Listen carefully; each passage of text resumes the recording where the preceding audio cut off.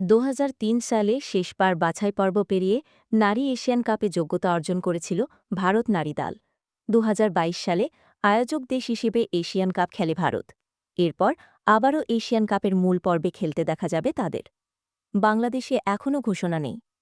প্রথমবারের মতো Asian cup ফুটবলের মূল পর্বে খেলবে দক্ষিণ এশিয়ার চ্যাম্পিয়ন বাংলাদেশ নারী দল।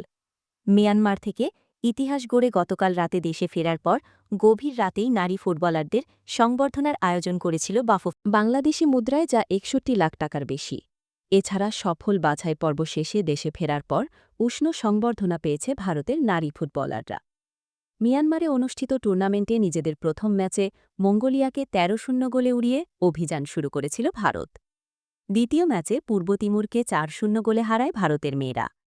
ইরাককে ৫-০ গোলে হারিয়ে থাইল্যান্ডের মুখোমুখি হয়।